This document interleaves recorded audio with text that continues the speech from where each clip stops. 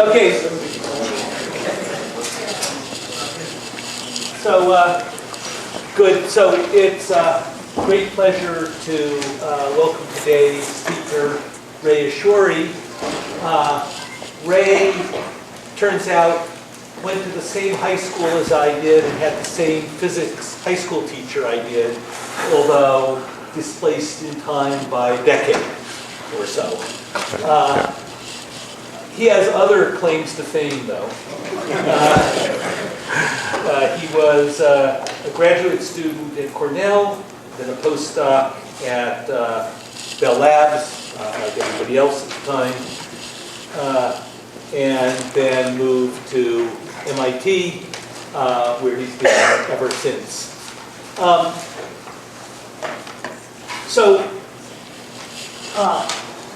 Angle resolved photo emission is a important, essential probe of the properties of solids. We're fortunate to be one of the leading places where this is done, and it directly measures the electron spectral function, and this plays really a key role in the understanding of the microscopics of the electronic properties of materials. But there are all sorts of constraints on what you can measure. In particular, it's a surface probe. And many of the systems that we want to study are deep inside solid-state devices. And it's been sort of a holy grail of the field to figure out how to do angle-resolved photo emission in systems that are hidden. And Ray has really broken this field wide open. So this is an exciting new development in condensed matter physics. Okay, so thank you. Well, thank you very much, Steve. And you stole away two things I wanted to say. One was that we had the same high school physics teacher, but also that this thing is cool because it looks inside of materials. And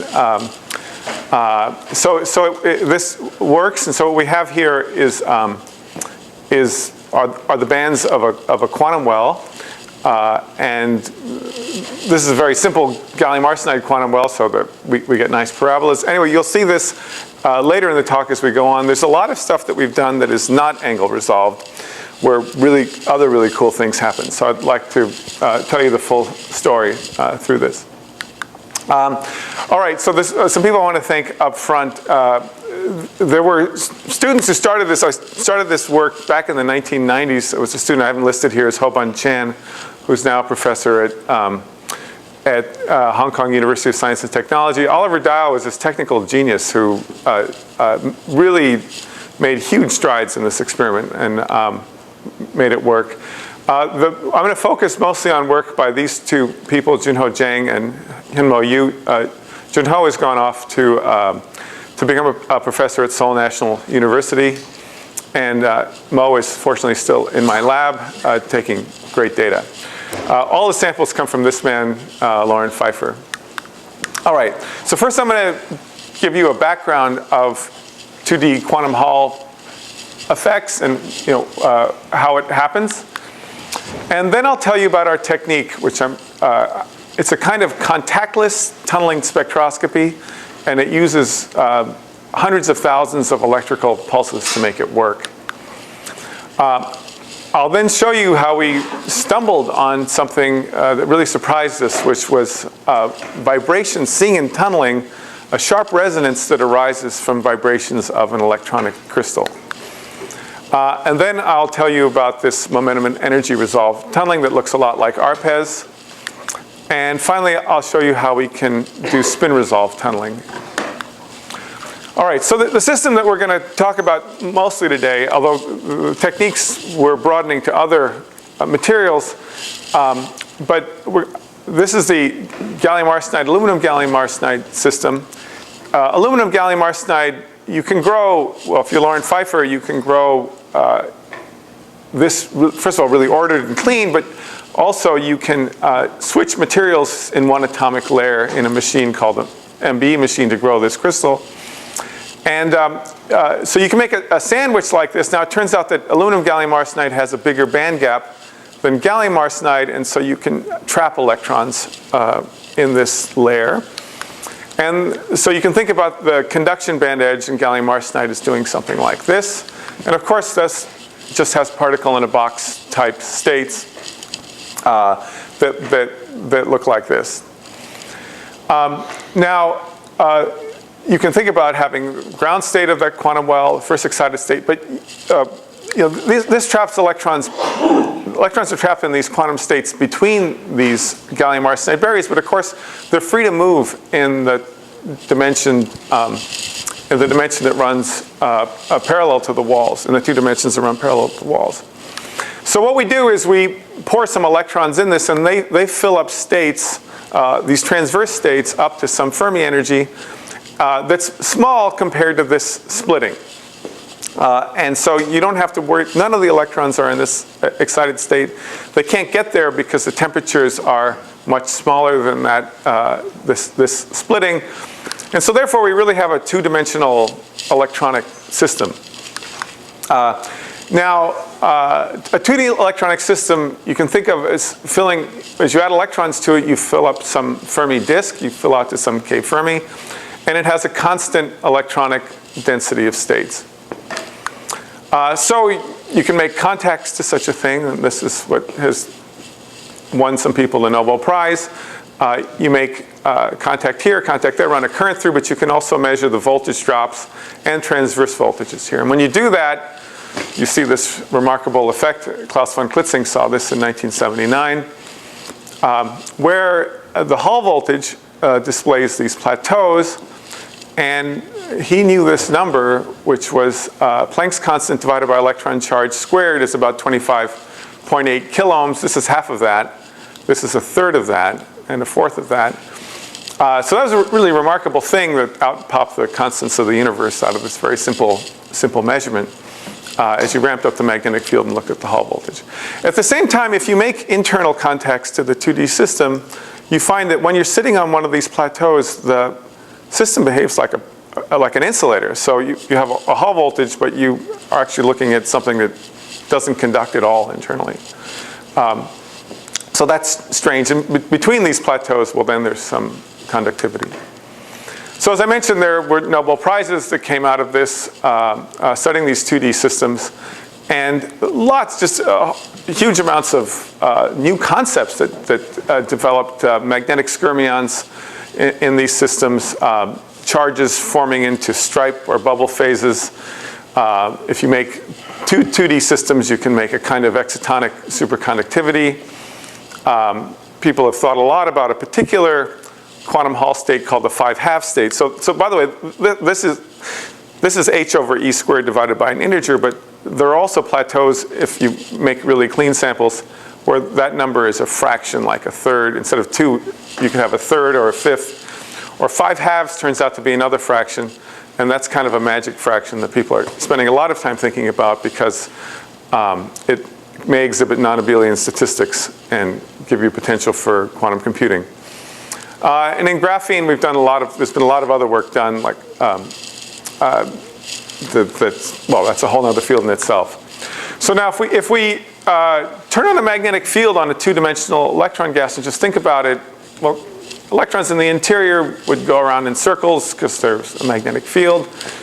Electrons at the edge would do these sort of skipping orbits running around. Now the quantum mechanical picture would say that, well, these electrons going around in the interior should sort of encompass integer numbers of magnetic flux quanta as they go around. And so you might expect that if you have a bunch of discrete orbit centers, and the number of orbit centers that we're going to think about is going to be equal to the number of magnetic flux quanta threading the sample. So as you raise the field, you'll get more of them. But you'll have these orbit centers with these orbits that are all identical, so that you would get sort of massive degeneracy, that all these would have the same energy. And you could think about, well, what's the next orbital around this that would have a higher energy, but it would also be massively degenerate. Well, those energies just turn out to be harmonic oscillator energies, and so you get this spectrum where you have peaks in the density of states, and the integrated density of states under one of these peaks is the number of magnetic flux quanta in the system, and then times 2, in our case, times 2 for spin. And so you have these levels that you expect if you could do spectroscopy on this system that you would see. In real life, there's disorder. So if you go from place to place in this sample, there are background potential fluctuations in these energies. The energies will change from place to place, and so you get some broadening. Now, what you can do is you can start to add electrons to these states, and I have to introduce you to this counting. If you fill up one Landau level, we call that filling factor 2, and what that corresponds to is 2 electrons per flux quantum. So it's because you have 2 spin states in that lower Landau level. So that's nu equals 2. Here, what I've drawn here is what we call nu equals 4. That's filling factor 4. Again, 4 electrons per flux quanta, 2 in this Landau level and 2 in that Landau level.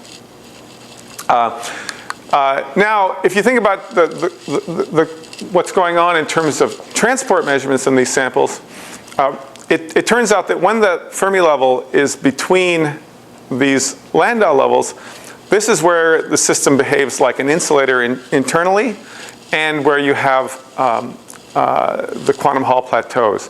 So one way to think about this is that disorder is causing broadening in these states, and causing broadening of these peaks, and the states that are often the tails are the ones that have been most affected by disorder. These are strongly localized, and they don't participate in electronic conduction. All right, so let me just say a bit more about Landau levels. So again, the degeneracy of these Landau levels is 2 for spin times the magnetic flux divided by the flux quantum, so 2 times the number of flux quanta through the system. The splitting between these levels is a cyclotron energy, and that looks like that. And so now what we're going to do is just imagine we have some disordered system at 0 field. Again, I told you the density of states was constant in a 2-dimensional system with an effective mass. That's the way it works out. But now this doesn't have a super sharp turn on because I've added disorder. But now I'm going to turn up the magnetic field, and this is what happens, that you take the density of states and you concentrate it into these Landau levels, and the splitting goes up with magnetic field. It increases linearly with the magnetic field. So you can think about a Landau fan as far as what the density of electronic states is doing. If you were to take a line cut vertically through this, you'd have equally spaced levels. As you raise a magnetic field, it shows you a fan. All right, so as I mentioned, this is filling factor 4. You do see a quantum Hall plateau there with quantum Hall, with Hall voltage, with Hall resistance h over 4e squared. It turns out that you see another plateau at h over 5e squared. So if you take this chemical potential and you put it right in the middle of one of these things, you get into the Hall plateau, which is kind of strange because you started off with high density of states. But what happens in this case is that the density of states develops this minimum because strong exchange interactions favor filling up all of one spin state. So if you have all the spins in if you have 2 electrons and they have the same spin, then they're automatically kept far apart just due to the Pauli principle. They can't overlap, and so that lowers the energy.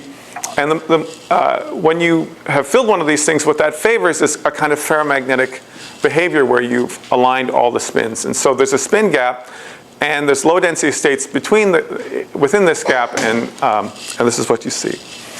Now, all of this stuff that I've drawn, you don't see in typical experiments. Typical experiments, you run a current through the sample, and you're only sensitive to the density of states right at the Fermi energy. You're not sensitive to all this other stuff. But of course, there's a lot of interesting information in all that other stuff, and that's what we really wanted to see. So we couldn't do photo emission. We couldn't pluck electrons out because this is existing underneath the surface. And we're doing it in magnetic field, which causes problems for photo emission. So what we're going to do is use tunneling. And what we try to do is have some bland electrode with a very flat density of states. And we tunnel across the tunnel barrier into this 2D system that has Landau levels. Now, so there's a band at which you can tunnel, where you have empty states on the right-hand side, and your tunneling current is going to be, Fermi's golden rule kind of thing, matrix element squared couples you from one side to the other, density of states on the left times density of states on the right. But we set this up so all of this is approximately constant, and very much nearly constant over our range of measurements, and for where it's not constant, we can correct for that. And therefore, if I take the derivative of this thing, I extract actually the density states, and I can see those things. So that's the idea. Now, so you might think, well, that doesn't sound hard. What I could do is just make a contact to a 2D layer, and then a contact to a 3D layer, and run a current between them. First of all, in our gallium arsenide system, you can't really do that. This exists beneath the surface, and you have to diffuse in an ohmic contact, and you will invariably short out the tunnel barrier when you try to do that. So that's a problem. We've actually done this kind of experiment working together with Pablo Herrera's group in graphene, and then you run into all kinds of trouble because you become sensitive to the in-plane conductivity of this layer, and if you do have, if this is resistive, then what happens is that you get different voltage drops for tunneling from different places, and you smear out the spectrum and you get a mess. When you're in the quantum Hall regime, remember this is an insulator, so this can't work at all because you just can't pull out any current. This will heat up at high voltages, but also applying DC voltages to this system gates that 2D layer and confuses you because you change the density as you change the tunneling voltage. So this technique fixes everything, and I didn't know just how much it would fix when we initially did this, but the idea is to put this 2D layer between capacitor plates, and one of the other powerful things about the technique is that we don't even need to make any electrical contact to this layer. So in the future, when we're working on studying layered systems of materials where it's impossible to make contact, or they might be insulating, we don't need to worry about making contacts to that layer for this technique to work. So what is this thing? So we put the layer between two capacitor plates, and we apply a sudden voltage step between the two plates, and what that does is it drives charge into this layer. So this is within tunneling range of this bottom electrode, but this is a thicker electrode up top where we're not allowing any tunneling at all. So there's no current flow through the device. There's no DC current flow allowed through the device. It's only between this layer and the electrode beneath it. So how do you measure anything? Well, when charge flows into this layer, some image charge appears on this opposite plate. And you can sense that image charge flowing. And if you measure that image charge as a function of time, you can sense this current. Well, that's all there is to it. Now, the main thing is we apply this step, and all we really care about is the initial current that flows. If you keep waiting, eventually that current will stop because the thing will equilibrate with the bottom electrode. Typically, we don't want to do that. We just, because the density will be changing as we do that. So if I just measure the initial slope, I'm seeing what happens at fixed density in this system. The other thing you can do in this geometry is you can apply a DC voltage across this structure, and you can change the electron density in this sample. And so what we can do in the experiments I'll show you is we can go to having this thing completely empty and tunnel into an empty system, tunnel into an insulator, and then fill it up with electrons and see what happens. So if you build this in gallium arsenide, you build this kind of structure where you have N plus gallium arsenide, which acts as the bottom tunneling electrode. Here's a thin tunnel barrier, and then the green thing is the quantum well, and then there's a thick insulating layer above it, and then a top electrode. And so if you think about the conduction band edge diagram, it looks something like that. So this is how the technique proceeds. You do a pulse, and you see a lot of noise. But if you average a lot, there's a signal in there. And after about 250,000 times averaging, you'll see that, oh, here's the charge flowing across the barrier and equilibrating. Now, all we care about, again, is that initial slope, because that tells us the current in response to the pulse voltage. So we don't actually weight this length of time. This is just for illustrative purposes. So in our samples, this time may be 100 microseconds or a millisecond, but we only actually apply the pulse for about 50 or 100 nanoseconds. So much, much faster. So there's basically essentially no charge variation within the layer, no density variation happening within the layer. We know exactly what the density is. We know the exact pulse voltage because it's whatever we just applied across the barrier. That gives us 1 point, that slope gives us 1 point on an IV characteristic. Then we vary the pulse height, positive and negative, and trace out a full IV curve. The next step is to take its derivative and get the IDV. Now, this all sounds easy, but this was Ho Bun Chan's thesis. He got this far, was able to take really nice IV curves, but our pulses just weren't perfect enough, and that caused big problems. This man developed an incredible box that fixes pulses that come out of any pulse generator and makes them usable for us. There were no usable pulse generators for us. They didn't exist. So he was able to the important thing was to make steps that were super flat and didn't ring on top. And that was a triumph that let us take the IDV. So let me show you what happens. You can take the IDV here. These are peaks in the IDV. These are dips. And I'm going to plot the peaks as bright and the dips as dark. And I can change the gate voltage and do this again. And when I change the gate voltage and do it again, I get things shift. So I've changed the electron density in the system and going from here to here. And I take another picture and keep doing this. Keep doing it until I get this picture. All right. So what is this thing? This is actually the lowest Landau level is what you're looking at, and I'll show you more about it. This line here is 0 pulse height, right? So that's the Fermi energy, and that's just when we're pulsing around there, we're just little deviations away from the Fermi energy. Up here, this corresponds to injecting electrons into the 2D system. So all these are empty states that we're filling we're probing by shooting electrons into them. Down here are filled states. They're all below the Fermi energy, and we're ejecting, and we're probing below the Fermi energy, and we can go up and down as far as we want. Now, this is filling factor 0. So here the system is empty, so I vary the gate voltage. The system is completely empty. This is filling factor 2, so that's one filled Landau level, and it looks kind of strange. Notice at 1 there's a big gap and a kind of a step here, and what that is this ferromagnetic behavior that I was telling you about.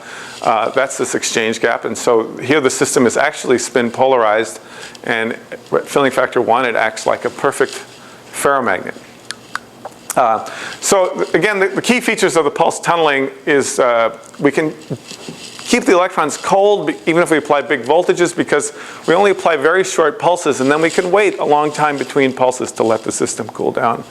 The axes on what I've shown you are really very precise, so we understand what they are. The energy resolution of the technique is limited only by the sample temperature, so we could do microvolt energy resolution, and I'll show you some of that.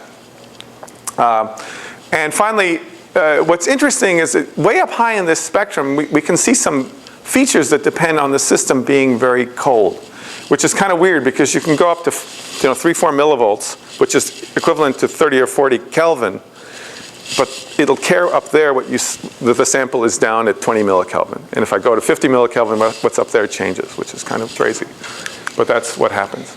Some other features in this is there's a dark band around the Fermi energy, which at first I thought was very sad because it sort of seems to be inhibiting us from seeing the low energy structure here. What this is arising from is when you shoot in a tunneling electron and the other electrons are in a magnetic field. Now this is at 4 Tesla. If I shoot in this tunneling electron, well, the other electrons need to move away in response. In a magnetic field, they can't do that because they end up going around in circles. So there's a Coulomb barrier to putting electrons in, and that's what you're seeing in the center of this picture. When there are no other electrons around, well, then it's gone. So down here, where the system is nearly empty, the gap is also gone. All right, so there's one other thing is this exchange gap. I just wanted to say a few words about it. So again, if I have one electron in the system, well, in our case, the Zeeman energies are small, so we can just ignore them. One electron in the system, then there's no energy difference between spin up and spin down. If I start to add other electrons, they start to feel each other. And once their wave functions can start to overlap, well, then they want to have the same spin state, because that will automatically keep them far apart by the Pauli principle. And this intensifies as you add more electrons. And finally, when you've filled up all of the possible spin-up states, that's filling factor 1 electron per flux quantum. And if you keep doing this out to filling factor 2, the picture reverses and you go back to no splitting. Now, what happens in our experiment is that when we're filling a level, it has to be pinned to the Fermi energy, because if it's below the Fermi energy, that means it's full. So this picture, you should take this sort of V-shaped thing and tilt it up so that this aligns with the Fermi level. Now, on the other side, the same picture happens, but now we're filling the upper state here because we've already filled this one up, so we should shift this down. So the picture that you get for what the exchange splitting should look like is something like this. Add some disorder, and this broadens a little bit. And that's essentially what we see if you just sort of superimpose this on our pictures. That's what it looks like is happening. So once the spin up state is since spin down. On this picture, I had spin down filling first. Spin down state fills, then this guy falls to the Fermi energy, so it can fill. All right, you can do this at lower fields. You see many Landau levels in that case, because the Landau levels have lower degeneracy, and I can fill more of them. There's some pretty interesting effects going on here. If you look, when the system is empty, you see many Landau levels really clearly, but then as you start to add electrons, they blur away. So why are they blurring away? Well, it turns out that if I add an electron when there are no other electrons around, that electron just sits there at that energy. It doesn't have a way of really losing its energy. So that's a well-defined state. But if I add other electrons, I can create particle-hole excitation. So the electron up here can lose its energy by giving it up to electrons beneath the Fermi level. And those will create particle-hole excitations and cause a decay. And in fact, if you go up higher in energy, there are more ways to do that. And you end up expecting that these levels will broaden like energy squared. And if you go up, that's exactly what they do. All right, so you go to higher fields and you see more stuff. So this is filling factor 1 with the exchange gap. There's a big Coulomb gap that you see here. There's these other features that popped out that we didn't expect at all. I'll tell you a little bit about those later. Those have to do with very short range interactions between electrons. But I have to say, when we did this, I was a bit sad. And let me tell you why I was sad, because I was really hoping, this was taken at 100 millikelvin, which means that we should have 10 microvolt resolution. And what's sad about this is that you don't see 10 microvolt resolution anywhere. So imagine you built this great tool to do this thing and then you didn't see anything. And that's sad. So why is this happening? Well, again, it looks like it's happening because electron lifetimes are so short that everything just gets blurred away. So it's a blur. Again, because if I inject an electron here, it can lose energy to the electrons already in the system. All right, so what we did was we said, let's just keep going. All right, so we're going to get even colder. I mean, that just sounds kind of crazy. It didn't work at 100 millikelvin. Let's get the sample. We actually get a fridge that works down at 8 millikelvin, despite the microwave coaxes and all the rest. Lots of tricks. So thanks to the Moore Foundation, we were able to buy this powerful new fridge. And we decided also to study the 2D hole system, which we thought would have more interaction effects, because we're going to look at this band where the effective mass is higher, and which will enhance interactions. So we started studying this, and of course we saw nothing to start with. Just blur, blur, blur. Now I'm really zooming in here because this is 3 millivolts. Blur, blur, blur, but then no blur.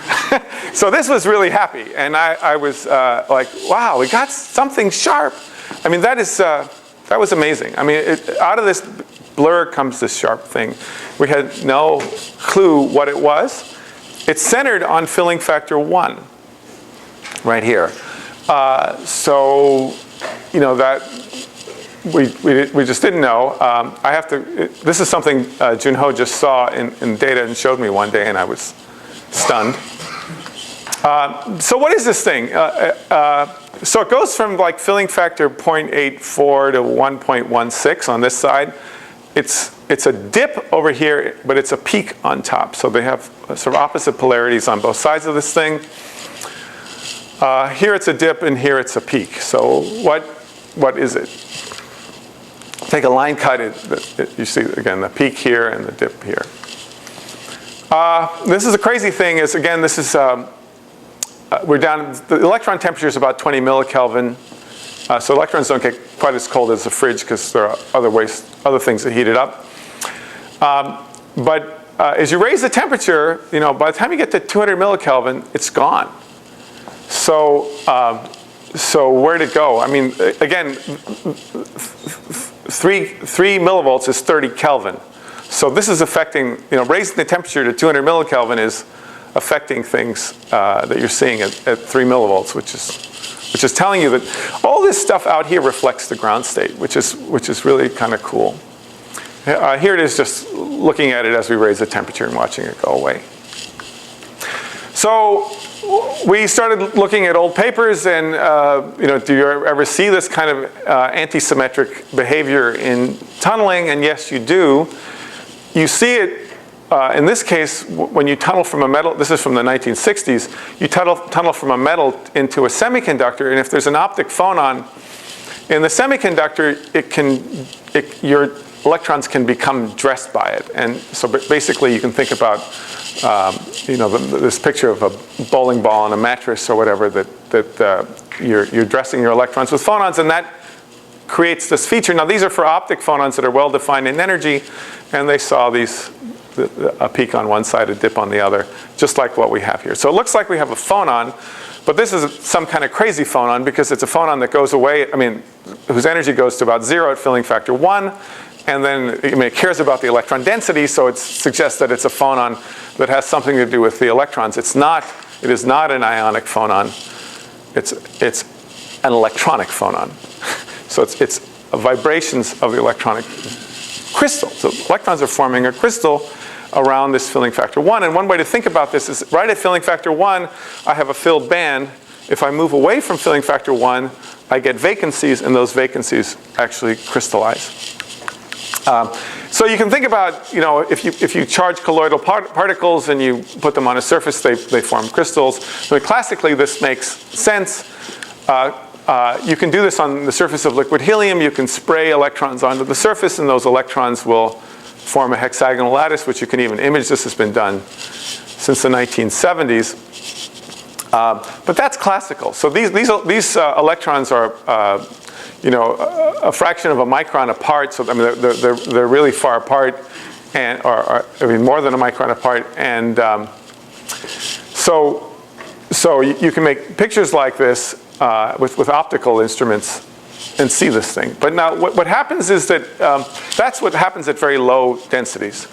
But usually in the semiconductors, we're operating at higher densities, and this crystal actually at some point will melt. And why will it melt? Basically, it costs energy to localize the electrons because, well, quantum mechanics tells you whenever you localize something, you pay an energy for that.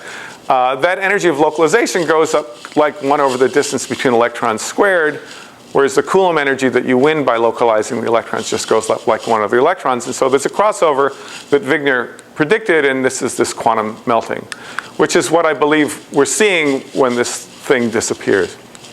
So this is an accidental discovery of a long-range Wigner crystal. The sharpness of the resonances, I'll show you, this suggests that the correlation length within this crystal is about 15 lattice constants. The structure we've seen it actually in electron samples as well, and it's universal in terms of the shape of that curve and the energies of that curve.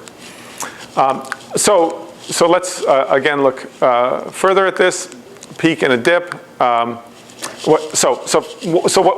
how do we interpret it?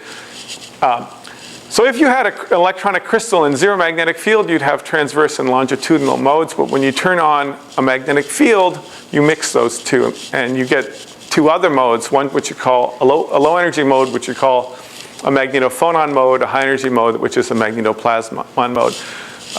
Theorists have studied this, made predictions for what those energies should do. And they've also predicted that the phonon energies go up. Well, as you increase the electron density, the phonon energies will go up because the crystal becomes more stiff. That as the electrons get closer together, they feel each other more, and spin constants go up. And so this predicts density to the 3/2 power increase. And you can try to fit this to density to the 3/2 power, and it kind of fits. It kind of fits, except it doesn't over here, right? So it sort of fits at the beginning near filling factor 1, but then there's a clear deviation. Well, it just so happens we sort of understood this. A couple words about this thing. There have been other measurements made that have looked at sort of the rigidity of the 2D system. These are microwave conductivity measurements that slosh the 2D electron system back and forth. And what they detect is that the 2D system becomes rigid over this regime. So it doesn't, those measurements tell you that you've got something rigid in the exact same filling factor range that we see here. Seeing the phonons really tells you that you have crystallinity over a long range. And it's really interesting that it's the same filling factor range, which gives us more confidence in our measurements, obviously. So we actually sent this off to the journal, and a wonderful referee referred us to a paper that said, hey, you can fit that. And it turns out that theorists have thought about this as well. So that there is this fractional quantum Hall state. Here I'm drawing it at 4/5, at 1/5. It's also there at 4/5. But due to the presence of this fractional quantum Hall state developing here, it turns out the crystal actually stiffens. And there's supposed to be a first order phase transition to this fractional quantum Hall state. Remarkably, we fit using the Young's modulus that's in this paper. And it fits. I mean, there's no adjustable parameters here other than a scale factor of like 0.6 to scale everything for uncertainties in our experiment. And that really works. So that was pretty impressive, and I think we really have it. As I mentioned, you can look at the sharpness of the resonance, and just by taking delta E over E and using simple arguments, you can say, well, it's about 10 lattice constants. But if you take into account, if you do some really careful fitting, we get about 15 lattice constant correlation length. We've tried to even look more closely at this. Now, what we're really looking at in this resonance, we believe, are you have a crystal, it has a Brouwen zone, there's Van Hove singularities for the phonons, and this should reflect the Van Hove singularities. Now, I'm not, I would really love to tell you that we could see two peaks here, but one would be a Van Hove singularity from that point, and one would be from this M point. So far, we don't have good enough data to tell that at this point. There's also intrinsic broadening from the tunneling process, which sort of smears things out. So again, I've shown you this crystal at filling factor 1. If you look more carefully, it's also down here, filling factor 0. This curve is universal, and it's independent of electron mass. It's independent of which state I'm looking at as well. All right, so now let me move on to the ARPES. This is something we would like to ultimately do on the Wigner crystal. We haven't done it yet. These two gentlemen, Mo and Junho, are the ones who did this. Now, what we do here, to get momentum selection, we want to tunnel from a 2D system to another 2D system. So we sandwich these 2D systems between two insulators on either side, and again, no contacts to them directly, and then top electrode, bottom electrode, and now we're going to apply these electrical pulses.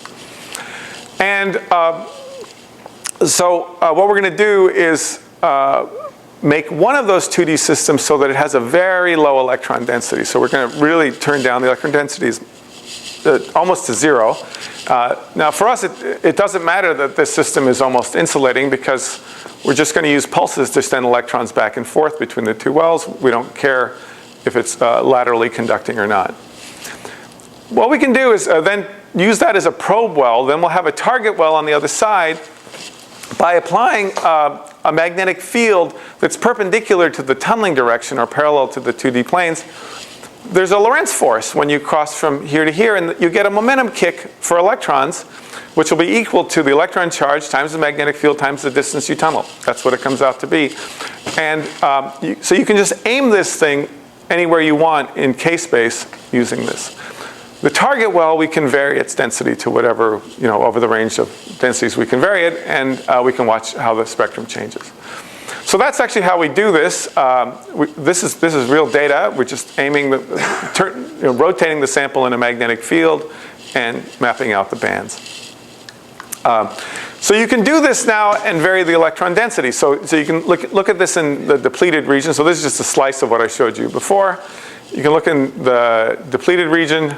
This is the lowest subband. This is the first excited subband. And then you can also vary the electron density. So I can now pull this. So 0 here on this picture is the Fermi level. So I can pull this band below the Fermi level, fill these states. Now we're not looking below the Fermi level here. We're only injecting above. So this is sort of the opposite of what you typically do in ARPES, where you normally pull out electrons. We're instead putting them in. And you can keep turning up the density, and the spectrum starts to change in subtle ways. Some subtle things develop that we can see if we look carefully, like plasmons. But there are other features that are very pronounced, like if you look 18 millivolts above, if there's 36 millivolts above the bottom of this band, there's a kink. That's 36 millivolts is the optic phonon energy. So this is the electron phonon interaction in energy, sort of renormalizing the bands.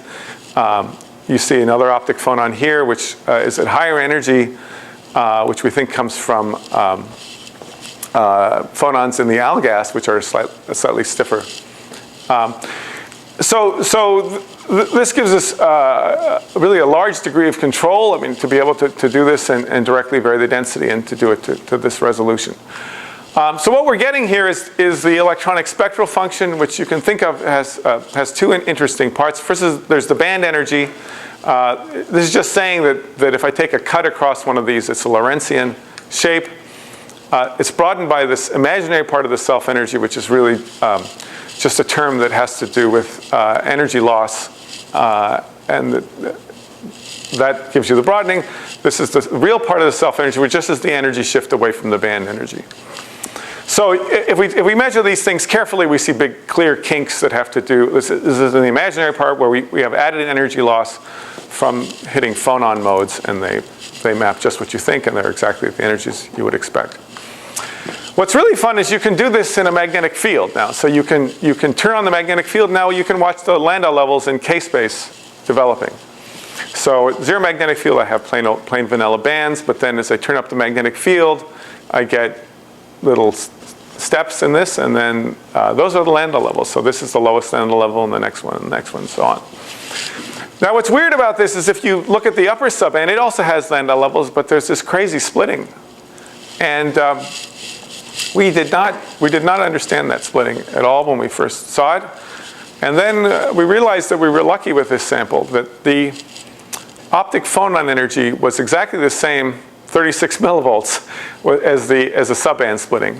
So those two things just were in resonance with each other. So the explanation for the splitting is just that if I add an electron at this energy, I can add it either to the lowest Landau level of the second subband, or I can add it to the lowest Landau level, the lowest subband, plus an optic phonon energy. And those two things interfere and give you a splitting. But there's a more fun way and a more interesting way of thinking about this. We thought about this because we noticed that the splitting was increasing like the square root of the magnetic field. So if you take a bunch of atoms, a bunch of two-level systems, and you put them in a cavity, and the cavity has a photon mode, then that's resonant with the two-level splitting, then you will see a similar splitting in the spectrum of the that two-level splitting, and that's called a vacuum Rabi splitting. So as you turn up the magnetic field, so as you turn up the number of atoms in such a cavity, what you find is that that vacuum Rabi splitting increases like the square root of the number of atoms, or the square root of the number of two-level systems. So what we're seeing here is something going up like the square root of the magnetic field, and that makes total sense because the degeneracies of these Landau levels go like the magnetic field, and so we're going up like the square root of the number of two-level systems. So that's very nice. Now can we take away two-level systems some other way?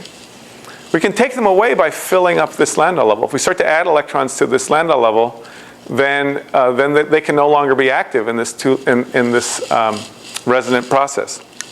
So here's where we have this system empty. The slowest Landau level is empty, but then we can turn up the gate voltage, add some electrons, and it just kills that splitting. So it does what it's supposed to do. It's really like a vacuum Rabi splitting.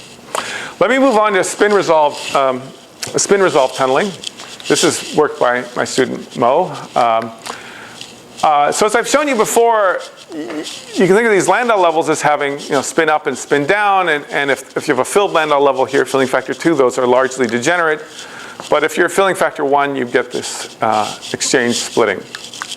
And I've shown you this exchange splitting before, so this is filling factor, this is the n equals 0 Landau level, this is filling factor 1. You see it up here as well. All right, so we're gonna make use of that thing, and what we're gonna do is tunnel from a system that we're interested in into a filling factor 1 ferromagnet. So a filling factor 1 ferromagnet has spin-up states that are all full, and the only available states are spin-down states. So if I tunnel from this one to that one, all I'm going to see are spin-down electrons tunneling, because this is a perfect ferromagnet. Then it turns out that if you integrate that tunneling current over a Landau level, it actually tells you the number of spin-downs. So that's just some very simple math. Shows you I integrate the tunneling current over Landau level, I get all the spin-downs.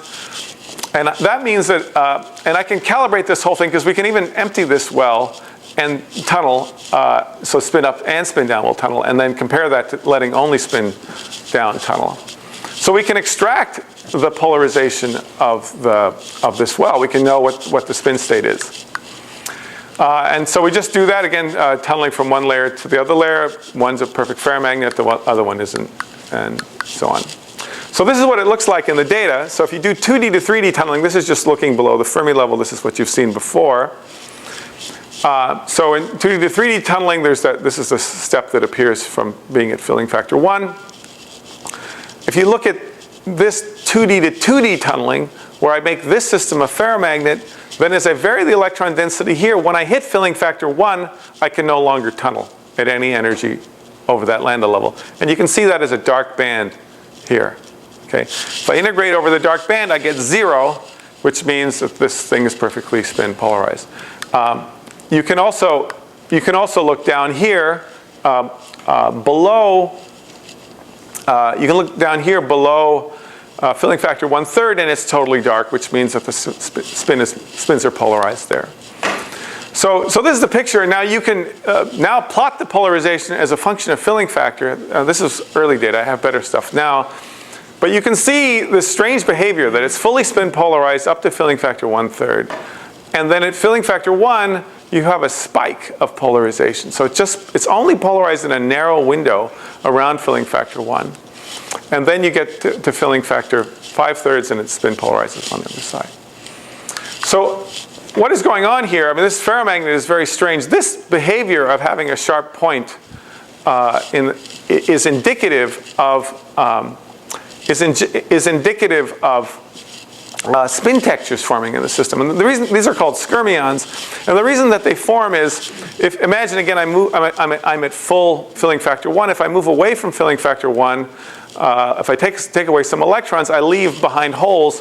That costs me a lot of exchange energy, and I want to spread that exchange energy around. It turns out you have to, you can lessen the exchange energy by canting the spins gradually and forming this larger thing than a single localized vacancy. It's spread out, and it's called a skyrmion.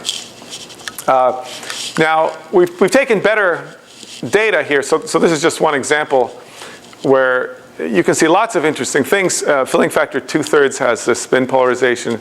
This is filling factor 1. You can determine the size of the skyrmion by the shape of this thing. But by the way, this peak had been seen before in NMR measurements. What's different here is that they can only look over narrow regions. Around this, we can see the whole thing. We can look everywhere, and we can do it fast. So this here is in red is the integrated tunneling current, and you see again that dips at filling factor 1, and that's why it's spin polarized there. So what we can do is do this at all kinds of magnetic fields and densities, and make these plots that show you the spin polarization everywhere. And we were hoping that this is going to turn up a bunch of new stuff. And it's new in that we can do it everywhere, but it's not. Sadly, it fits too well with theory, and it just fits theory exactly. And I don't have time to go into the details of this theory. It's involved with a model called a composite fermion model, where you attach in this case, two flux quanta to each electron. But in any case, the theory works remarkably well. This mimic exactly what we see. But there's still really interesting stuff to look at, because at the next Landau level, there's the magic filling factor of 5/2, which we find to be fully spin polarized everywhere and down to very low fields, which tells us some critical characteristics of the composite fermions that make that system. We can also look at around 7/3, and we find new behaviors there. So there's a lot of interesting fractions that are studied, but this 5/2 thing has been a big deal for a long time, again, because people think you can make non-abelian states out of it, and do quantum computing with it. One other thing I'll show you finally is there were these sort of mysterious structures that I was pointing to earlier that I told you that they had to do with short-range interactions. Like, we didn't expect this at all. So what is this sort of sash that runs through the data? And if you take a line cut here, you can see there's an obvious double peak there. So this turns out, this is sort of zooming into data that I'd shown you before at higher fields where you see these distinct sashes. This is a really crude simulation that we developed to explain what was going on. So imagine you put electrons on lattice sites. Now these lattice sites, these lattice sites are lattice sites of something called the coherent states. But in any case, imagine I have an electron on this site, and I put an electron in a neighboring site. Okay, we do this in our simulations, and we find that our spectra should show this sort of sash feature, which corresponds to this feature, and this should be spin unpolarized because it's in a different site. On the other hand, you could try to add an electron where you already have one into this cell. And if you did that, you would get this sash feature. Now, electrons don't really live on a lattice in the 2D system, but there are times when you should be thinking about such a quantization, so that the angular momentum between the electrons is quantized, and these features will show up. So these features turn out to be sort of critical features in terms of understanding what's going on in the quantum Hall effects, in the fractional quantum Hall effects, because they tell you about the interactions between electrons. These actually reflect directly numbers that are potentials, which are called the Haldane pseudopotentials, that we can just directly measure by looking at where these cross zero. We'd like to measure the spin structure of this stuff. So far I've shown you the spin polarization of the ground state, but now we want to sort of do tunneling spectroscopy with spin. So I'm going to be looking at tunneling. This is my system that I want to study, and I've been tunneling into the spin polarized thing, and I showed you how only the spin up electrons could tunnel. A spin down electrons here could tunnel because spin up was full. Now you can also look at the spin ups by tunneling into the next Landau level and using the splitting that you have up here to measure the number of spin ups. So we're able to measure spin ups and spin downs, and that's what these pictures show. So I'll start off with something that looks like this. This is in the 2D to 3D tunneling spin unpolarized, but now I'm going to do 2D to 2D tunneling spin polarized, and I can make separate pictures for spin up and spin down. Now spin up, looks different from spin down.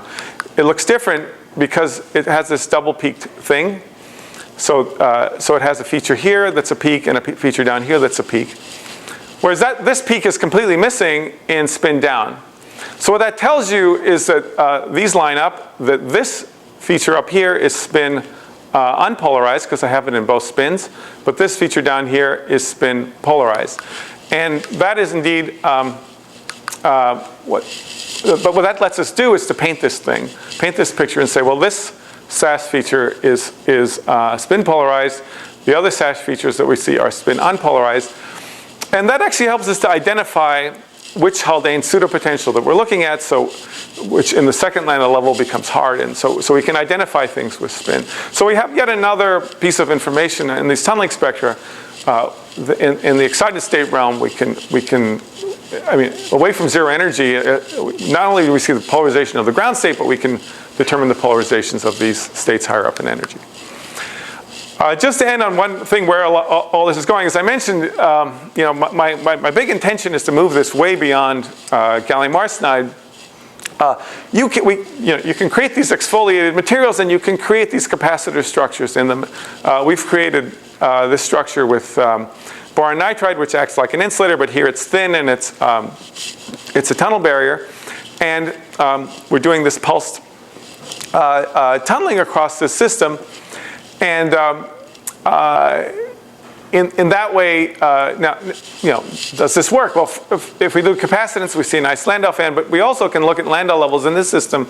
Just like in the gallium arsenide, a level comes down, it exchange splits. Now, graphene is more complicated because it has spin and valley.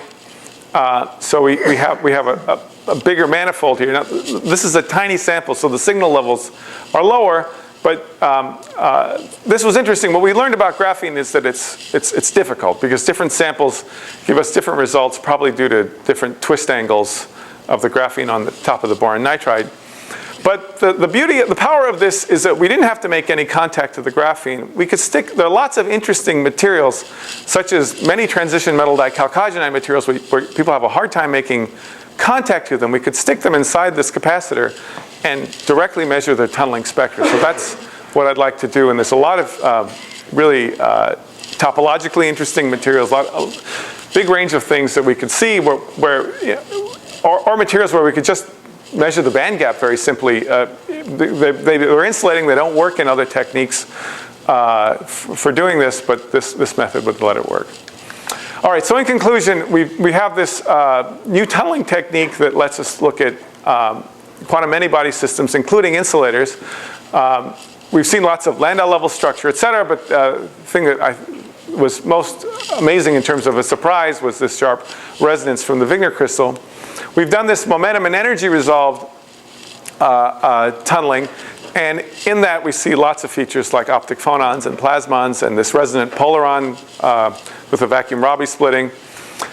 The spin polarization tells us about skyrmions, and so we're having a lot of fun, and I hope it's just starting. So that's it. Thank you. Do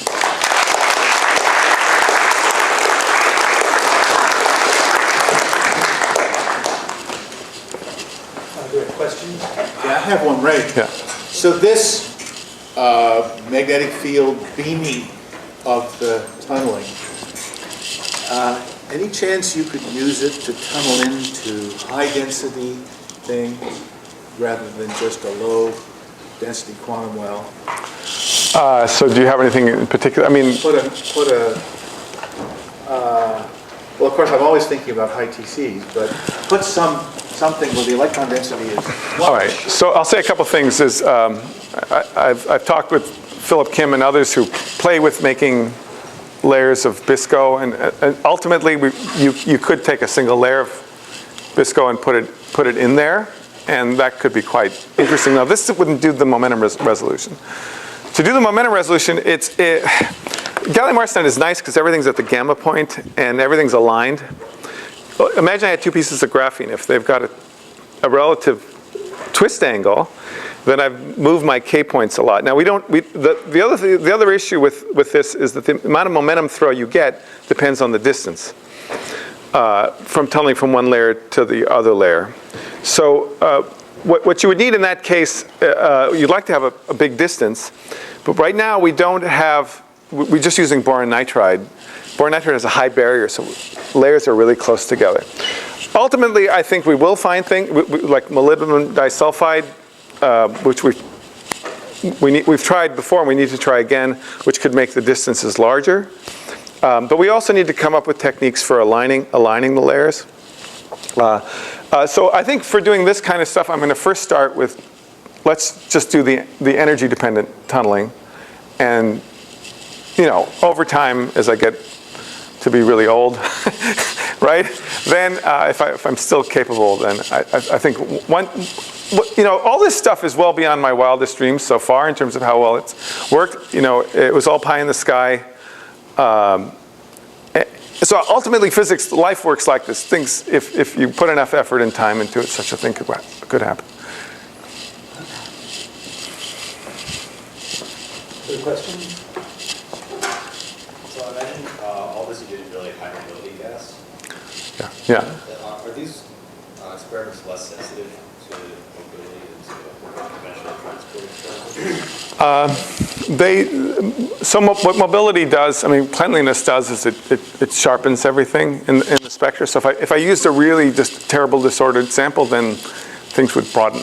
But it also makes some sort of fundamental changes. So for instance, if you have a really disordered sample, then you have to go to much higher fields to get the exchange gap to develop because bands overlap, and you can't get a clean separation that will make that happen. So a lot of the physics actually does change, and obviously things like the fractional quantum Hall features and the like would be harder to see. So generally we try to get as clean as we can, and disorder is not something, if I get rid of all of it, I'd be happy. Yeah. Any chance of seeing the phonons of the skyrmion crystal? So I don't have the electron data here. So what happened was we tried pulsing into electron samples and didn't see the Wigner crystal there. No, off of nu equals 1. Yeah, off of nu equals 1. We didn't see them. So, but then we tried aiming a big parallel field to kill the skyrmions. So if you can turn up a big parallel field, the Zeeman effect overpowers the skyrmions, and then and indeed when we put on a big parallel field, then we see a resonance appear. And that resonance, it's harder to see, but it follows the basic same universal curve that we have for the whole sample. Yeah. That probably means it's damped by the gapless magnons. So there's a lot of, you know, so if I'm going to make a crystal, I might want to have more Landau level mixing. So because I want to localize things, right? So Skyrmions are localized. You're supposed to put the skyrmion crystal right on. yeah, I know, and I'll make the point that the microwave conductivity measurements that measure the sloshing do see a rigid system in the electrons. NMR, the specific heat, have seen the modes of the skyrmion crystal. Gapless. Well, yeah. So there's other evidence, right? So for whatever reason, we don't get the tunneling resonance appearing unless we apply a big parallel field to kill the skyrmions. I don't know why. You know, our tunneling electron may not like coupling the skyrmions. We don't know the physics of that. What's the frequency? Do you use lower frequency for the skyrmion? I don't know what you mean by. I mean, you're sensitive to certain range of frequencies. Vibrational energy. Additional mode, but the crystalline mode should be the same. That's charge. But then there's a lower energy mode due to the spin. Well, so that low energy stuff gets maybe hard to see. There's still a bit of this. Maybe it damps the regular magnetoplasma phonon. Right. I think that's what you were saying. Technical question. Your layered flooded. Why that has to be at the Fermi energy? So basically, if we do nothing, it comes into equilibrium with substrate, right? So if I think about this system, I mean, these two are in electrical communication through the tunnel barrier. So charge will flow until they're the same, right? So zero pulse height means equilibrium, right? And if I move away from zero, then I make a difference between these two. All right, one more question. This is the momentum kick you use. Does the magnetic field momentum kick you use to have the No, it's static. It's static. I mean, it's a big field. So we have a 16 Tesla magnet, and we're turning it all the way. So the amount of momentum kick that we get is actually, it's a place where we're. Fortunately, it's big enough to do quantum Hall physics. It's not big enough to go to the edge of the Brouillon zone of gallium arsenide. So we can get about. You see here, so these are numbers that I'm sorry, ZX would laugh at, but we can go up to, if we really push it, we can go out to 0.1 inverse angstroms. But the zone edge is 1 inverse angstrom. So we're, but this for doing quantum Hall physics, this area, what we really care about is numbers that are in order the inverse magnetic length. And this is plenty large to do interesting stuff. The other one is there a huge difference between exfoliated and sampled versus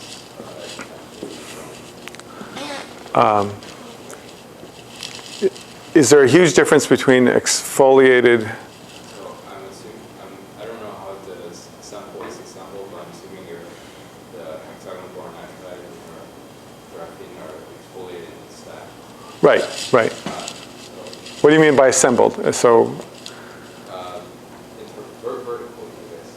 Yeah. So that's what we do. We use the stacking technique, but it's all exfoliated layers. Well, the tunneling is it's difficult. So what we found was the hardest part was making a uniform tunnel barrier, just because there's imperfections in the boron nitride, and we needed it to be perfect. For this reason, we've ended up. We were hoping to do samples that were, 50 square microns or something big to get lots of signal. The data that I showed you was a 1 square micron sample. So that's why it's noisy and it's difficult. So again, my hope is we're going to go and study things like transition metal dichalcogenides where we don't have to do millivolt energy resolution. So I just want to look at a band gap, or maybe I'll put it in high field and try to look at Landau levels in this empty system. So I think that what we need to do first is things that don't require gigantic energy resolution, because it's hard to do with these very small samples. Yeah. All right, let's thank Rabi.